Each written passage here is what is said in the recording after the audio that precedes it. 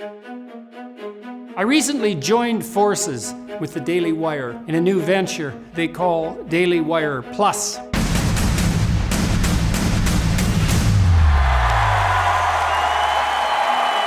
The plan is to build a multimedia empire offering services on the philosophical, educational, journalistic, and entertainment front, including movies, TV shows, and media for children, and an empire that will not fall prey to the woke authoritarianism that has become increasingly mandatory in so many places, including, let's say, the once great Disney.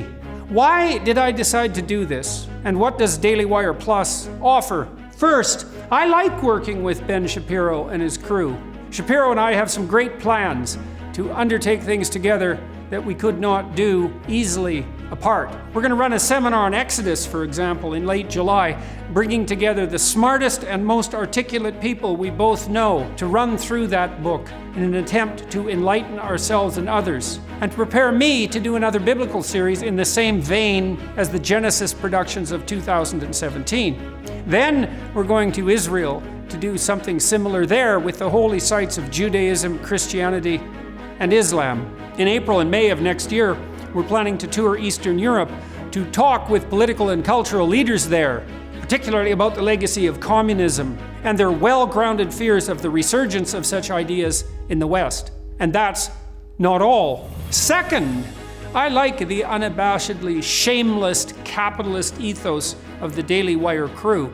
They made me a great deal financially, one that offers me essentially unlimited creative freedom and opportunity, and still means that I can use YouTube, as I have been, to offer free content to a worldwide audience. I've always deemed myself an evil capitalist. I run my own businesses on a for-profit basis, with few exceptions, learning through hard experience that the discipline imposed by the necessity of pleasing an audience on an ongoing basis is a plus, not a minus.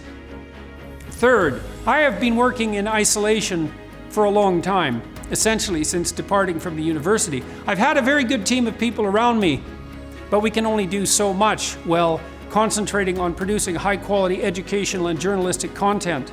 And having a professional crew of several hundred people available to handle logistics, filming, production, travel, editing, distribution, marketing, and merchandising is a non-trivial advantage. Fourth, it was prudent to protect myself and the intellectual property I have produced and will continue to produce.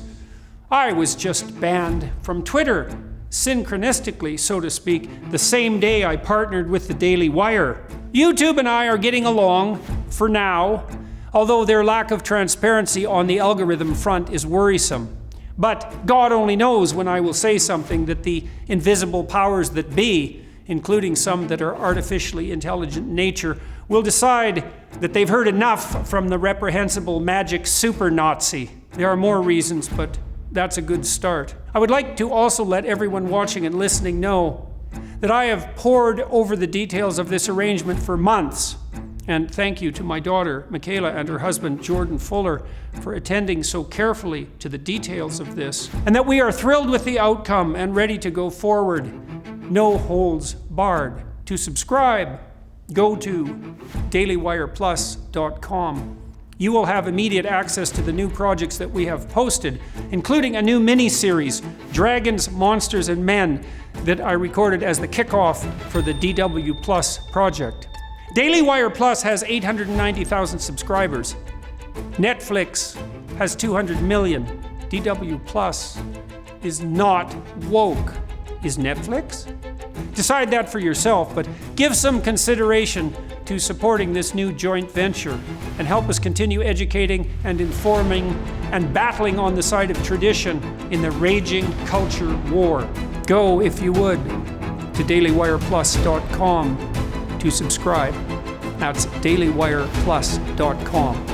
And if you haven't yet done so, and you feel like doing it, hit the subscribe button on my YouTube channel. Thanks very much, all of you.